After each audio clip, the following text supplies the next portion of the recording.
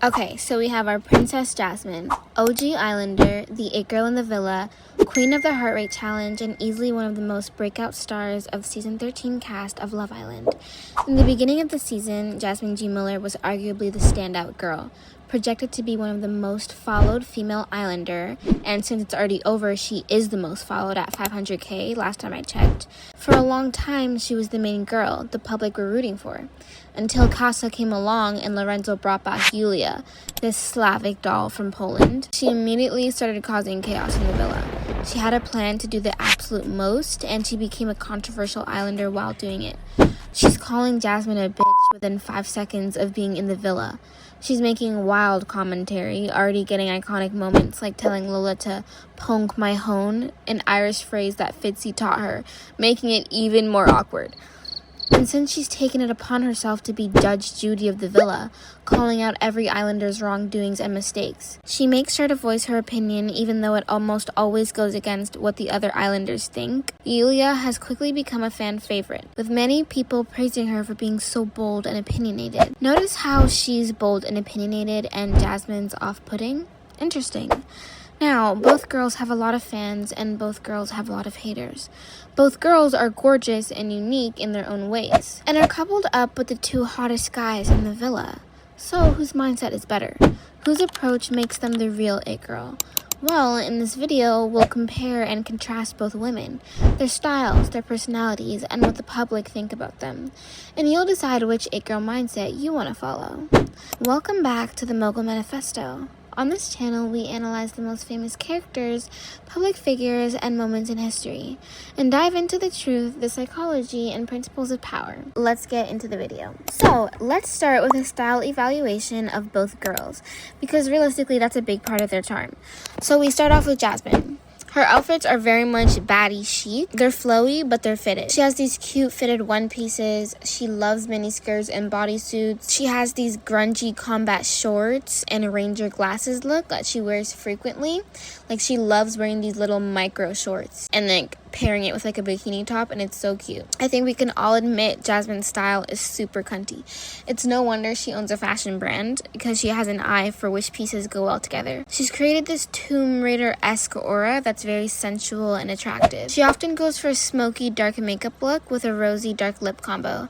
She puts her hair in slick backs, braided ponytails, or has it down in a blowy wavy hairstyle, like a blowout type of hairstyle. Her bikinis are often colorful and sometimes have gems embedded into them. And she always wears her fashionable earrings. I think they're called juntas. Like, don't quote me on that. I could be saying it wrong, but she did grow up in Dubai. She's a Desi girl, so I know that those earrings are cultural. And I've been seeing a lot of the other girls wear them as well, so you know that she's sharing them with the other girls. And I just think that you can learn a lot of how to construct an aesthetic or like a specific style from Jasmine. Now, Julia's style seems a lot more abstract. Jasmine's style is attractive because you can tell she's crafted a particular sense of style. And in Julia's case, she simply just wears the clothes and they're elevated because she's just so beautiful.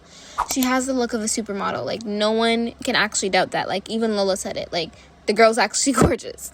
And so it actually wouldn't matter what she wears. She just looks stunning all the time. That being said, her style has consisted of tight bodycon dresses, loose-fitted makeup, and some high-end pieces. Julia does a neutral beat, high-end glam makeup. Sometimes she gets a little edgy and does a smoky eye and dark lip. Now, there's controversy that she only started doing like that edgy, dark makeup look after she got to the villa and saw Jasmine. I don't know how true that is. We don't know, because she just hasn't been in the villa that long. She doesn't style her hair that often either. She left it curly or keeps it in a ponytail. And I keep forgetting that this season's actually over today. So I'm actually posting this a day late. Sorry guys, but let's just continue. Next, let's dive into their personalities. So I describe Jasmine as a diva with a kind heart. She's funny, flirty, sassy, and a little bit posh. She has a strong sense of self and self-worth. She's not letting anyone talk down to her or make her feel badly about herself.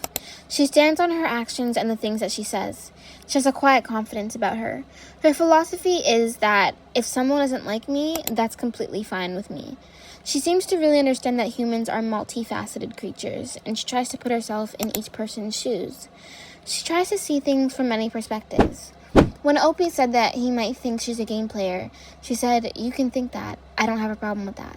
When Lorenzo was wasting her time, she said, "It's disappointing that you want me now, but when you had me, you didn't do anything with me." And she never looked back. When Aiden said she was off-putting and that he wouldn't want to be in a relationship with someone like her, which I highly doubt, she responded with, "Yeah, I could see how you could never be with someone like me," making him look stupid because, yeah, he could never handle her. Even when Julia said that she didn't trust Jasmine, she responded with, "If you think I'm that untrustworthy, then just tell me that."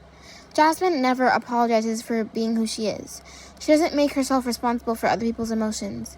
She can be as diplomatic as she would like, but at the end of the day, if you don't like her, she will never force you to. She cherishes her female relationships and just wants the best for her friends.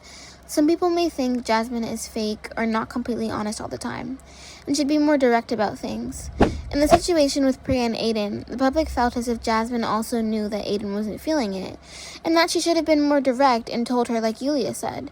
However, I think Jasmine just wanted to put faith in her friend's connection and didn't want to hate on it.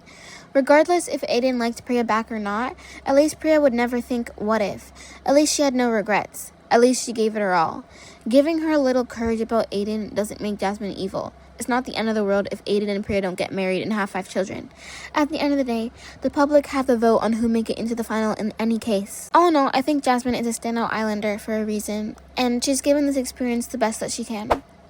Julia's personality is a lot more different. In Casa, we saw a different side to her. A ditzy, kind of aloof, funny beauty queen that doesn't even know that she's beautiful. She's wild, fun, and knows how to have a good time. We've seen her singing with the entire villa, playing games with everyone, and I do think that even though she had a lot of disagreements with everyone, I think that she got along well with them. I think Julia would describe herself as someone that is extremely direct. She doesn't like to beat around the bush, and she calls things out like she sees it. She's also opinionated, and at the end of the day, she does have thoughts to offer to the conversation. Whether someone wants to hear it or not, she will speak if she feels like she needs to. She's also very bold and isn't afraid to go against the grain. I think we would be able to understand Julia more if she came into the villa as an islander or as a bombshell. I would have loved to see Julia with someone other than Lorenzo, so we could get a better idea of her as a person. I think Lorenzo was her most convenient match, so she wouldn't do anything to rock that boat. In terms of both their status in the eyes of the public, I went online and took 2 quotes that I think pretty much sum up what everyone thinks about Jasmine and Julia. And I only did 2 because I'm just not going to get into a whole debate when this season is literally over. So here's what the Love Island fans had to say about Julia and Jasmine. One user says, "I'm with Jazz on this one. Julia is a bit too quick to voice a direct opinion without considering the completeness of the person it's about. And I think it may be that she still considers herself an outsider/viewer and not a participant in Love Island.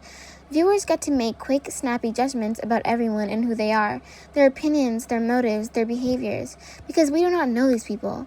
And Julia's opinions feel like she doesn't actually know these people, that she's lived with for quite a while. And though because of the group dynamics, it might have been hard for her to get to know them, I do think that anyone would find it weird, her direct commentary on yourself from someone who doesn't even know you." Someone else said, "I think ultimately both Jasmine and Julia have points and reasons not to trust us like each other. From someone who was initially on Julia's side and now neutral and dropping this season, part of why I defend her isn't even if she's right or wrong. It's the aspect that everyone in the villa is a hypocrite to some extent, calling people out for the things they have done to themselves. Yet Julia, specifically in the villa, gets heat for it. There are going to be opinions about couples, people's situations. You can't get mad at someone for having or voicing them. Yes, Julia lacks tact, but it's a hard watch for me to see someone trying to explain what they mean, and yet every slight pause they take, someone's interrupting. It's noticeable. Hate her or love her, but she's allowed to speak. You're one step closer to becoming your dream woman if you enjoyed this breakdown. Be sure to like, subscribe, and turn on post notifications to join the Mogul Manifesto family. Check out our page where we upload countless videos on the psychology and ItGirl advice you need. With our help, you'll start recognizing these patterns, and soon you will be able to recognize the woman you've become. This is the Mogul Manifesto.